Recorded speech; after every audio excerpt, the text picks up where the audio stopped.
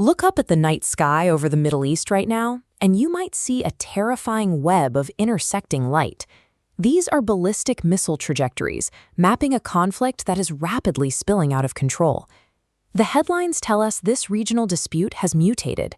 Moscow and Tehran have forged an aggressive military alliance, swapping satellite technology for lethal drones, turning a localized conflict into a global crisis. These trajectories aren't new. To understand the momentum behind them, we must look back over 2 millennia to an ancient map tracking these exact movements. Our source is a teenage Hebrew captive named Daniel, living in the court of Babylon. Daniel served as a geopolitical analyst, recording specific, predictive visions detailing exactly how world powers would conquer and collapse. His writings mapped the rise of empires centuries before they existed. That verified track record is why his blueprints for our immediate future require a closer look. Daniel's first major vision revealed a colossal statue.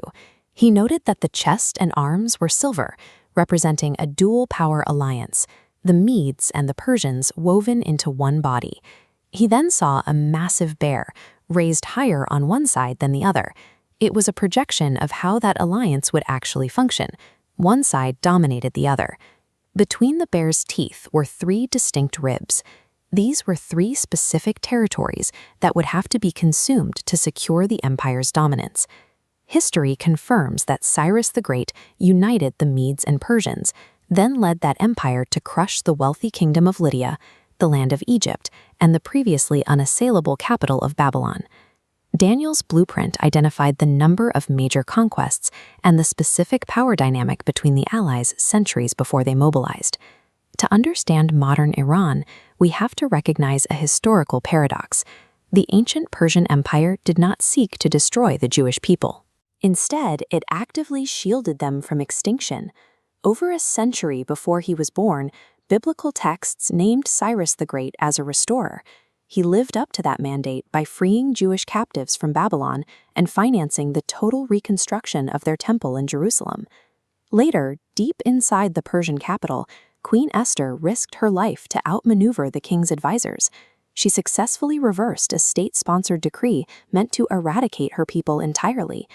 And when it came time to find the promised Messiah, a caste of Persian astronomers known as the Magi used Daniel's stored numerical archives to calculate the timing of Jesus' birth in Bethlehem. Ancient Persia consistently acted as an instrument of divine salvation. That deep legacy of protection makes the region's current identity as an adversary a significant transformation. Today, those ancient lands of Elam and Persia operate under a radically different mandate. They form the geographic footprint of the Islamic Republic of Iran. The prophet Jeremiah issued a specific warning about this region, declaring that the bow of Elam would be broken. Ancient Elamites were historically renowned for their skill in long-range projectile warfare. If you cross-reference ancient Elam with a modern map, the borders align with Iran's Khuzestan province. This is the center of Iran's modern oil industry, its nuclear reactors, and its underground missile silos.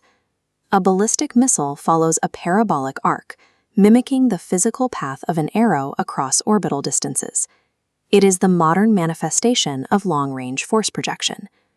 Ezekiel warned that a power from the far north, modern-day Russia, would join Persia to launch an attack that moves like a cloud covering the land.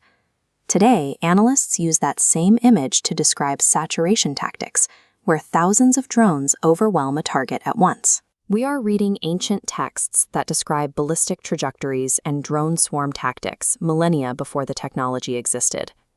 Ezekiel's vision outlines a final confrontation. The Russian-Iranian coalition finally surrounds its ultimate target, closing in on Jerusalem. The invasion forces a divine response.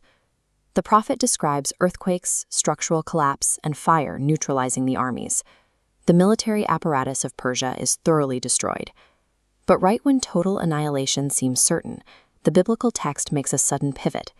Hidden in Jeremiah's writings is a promise. In the last days, I will restore the captives of Elam. The ultimate plan is the redemption of the Iranian people.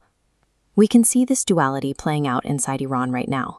While the regime hardens its military posture, millions of ordinary citizens are quietly rejecting extremism in favor of a different spiritual identity.